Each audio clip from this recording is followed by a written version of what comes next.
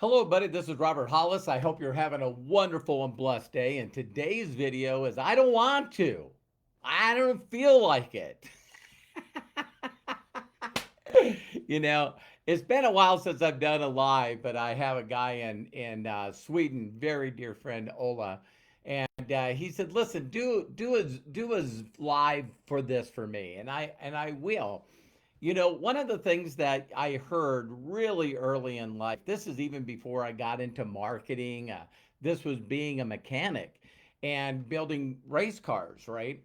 And the phrase is successful and happy people do things that unhappy and unsuccessful people won't. And it's just this whole concept of being comfortable. I believe that comfortability and complacency is like a massive disease. And what a lot of people have a tendency of doing is doing just as little as humanly possible. And when you think about everything else in life, what if everybody did that? The first thought in my mind was a farmer. You know what I mean? So you have all these people that produce food for everyone that eats. And I'm sure there's a lot of times that they don't feel like going out and picking rocks. I've done it. Tilling the ground, fertilizing the ground. There's a lot of stuff that people just hate to do, but you have to. And so the reason that he thought of this is he sent me a video by Mike Tyson, and Joe Rogan was interviewing him. And he says, "How did you become the youngest world champion and make this?" And he said, "It's very simple. The concept of discipline is actually doing the things you hate, but acting like you love it." Isn't that powerful? Of course, Joe Rogan immediately went, "That's an amazing quote." And so my whole entire life, there's always these people that are willing to do the uncomfortable things, the things that they suck at, because that's the deal. When we first start out doing anything, I always use the analogy of the first time that I thought about kissing someone, right? Is the first stage that you're in is total denial. And it's just ignorance. You don't know that you don't know. But it's the whole concept is you create this imagination in your mind that, hey, I remember, people teasing me, "Hey, Bobby, do you got a girlfriend?" And I was like, "No, stop teasing me. Girls have cooties.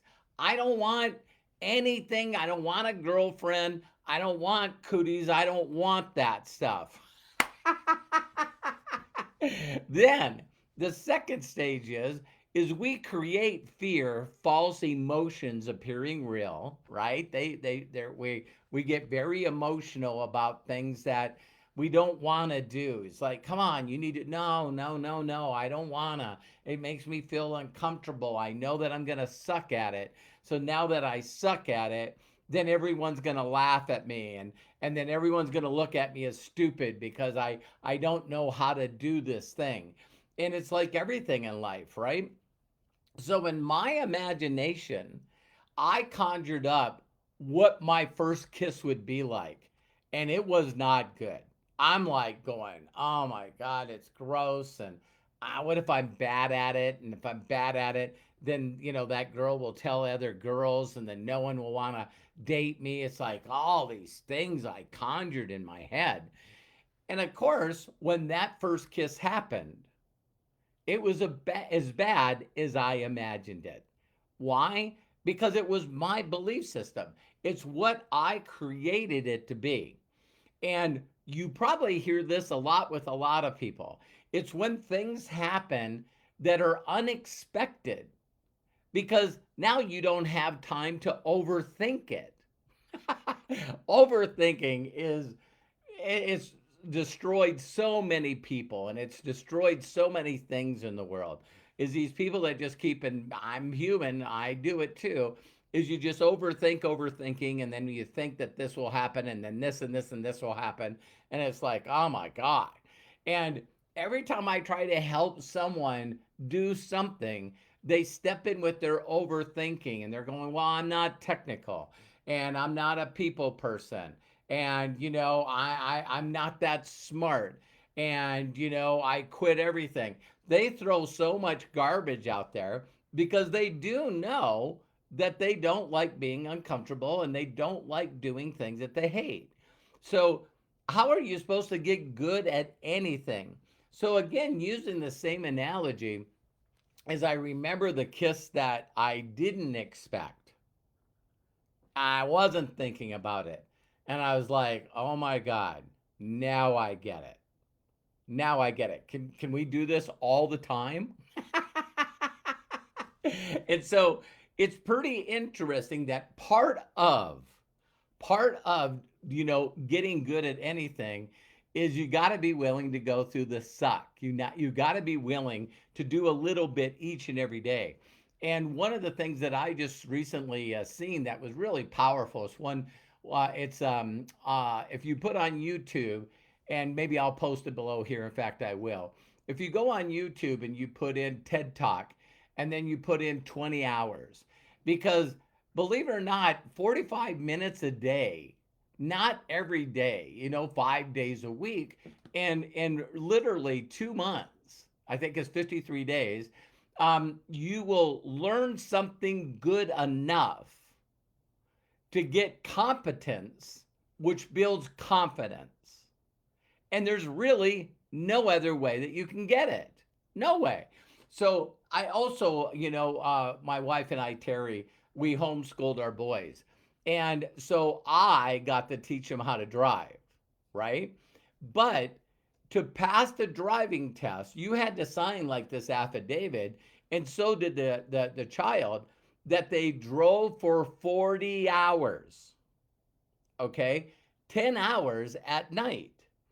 And see, even if you were going to learn how to do anything, wouldn't it be amazing that regardless of what it was, learning a new language, learning to dance, maybe learning to sing, learning how to market, how to be an influencer, um, anything, you got to start out with this thing saying, listen, I'm going to, with the right attitude and belief that I can do it, I'm going to do the thing 45 minutes a day, and I don't care if I suck. I'm going to get gooder every day in every way. I'm going to get gooder. I've learned how to do other things. I can learn to do this.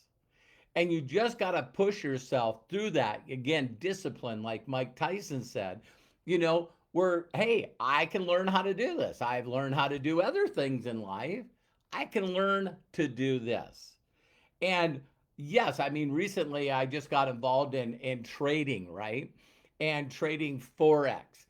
And I know nothing about it. I mean, one of the first steps was I had to download apps on my phone. I don't like using my phone. I use my laptop. I don't feel comfortable downloading these apps. And then I felt really, really stupid because now I got to find a way to connect the apps together. Well, that's one thing. But after that, now I got to learn how to do things I've never done before. So thank God, Josh Wagle, with the Koshiks, Terry and I have been with him for 6.5 years now.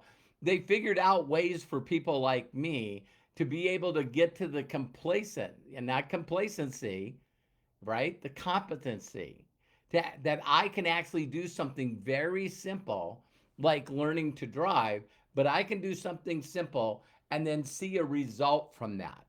And then knowing that if I consistently do it, I'm going to get gooder and I'm going to get better. And then my results are going to get better. So I remember years ago, that this whole concept of just going the extra mile, that when you see someone that's happy, they're working at it. When you see someone that's good at anything, they're putting in their time, and they're doing it with the right attitude, and they're just getting gooder. That's what they're doing. So it's easy for me to help someone become successful in life because it's really simple. Most people don't know what the hell they want. I can help anybody get what they want in life, but first they got to know what they want. Second, unfortunately, You go out there, you till up the ground, you fertilize it, you pick the rocks, you make the soil good, and now you got to plant the seeds. And I am not aware of this law not working. I mean, even people that win the lottery play the lottery, right? And so you got to sow the seed. You got to put the seeds in. And you just don't put in as little as you can. You put in more seeds because all seeds won't work. All right, all right, all right, all right. I planted the seeds. I'm being disciplined. I don't like doing this stuff, but I'm going to get better. My phrase, master the mundane. You just want to master the mundane. This is things that they're tedious, they're boring, right? But yet, if you don't do them, you don't get gooder. If you don't do them, you don't get to a level of, like most people drive today, it's unconscious competence. See, you're not thinking about walking and talking. You're not thinking about driving. A lot of people could drive while listening to the radio, eating a donut, drinking some coffee, and unfortunately, you're not supposed to do that stuff, but also texting and returning messages. And so that's what a lot of people don't get.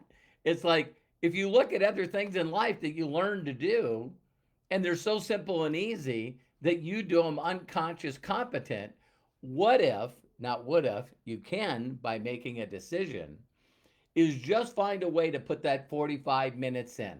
And if you put that 45 minutes in on a day-to-day basis with a great attitude, knowing that I really, really suck right now, I don't know what I'm doing, I'm sure everyone's laughing at me.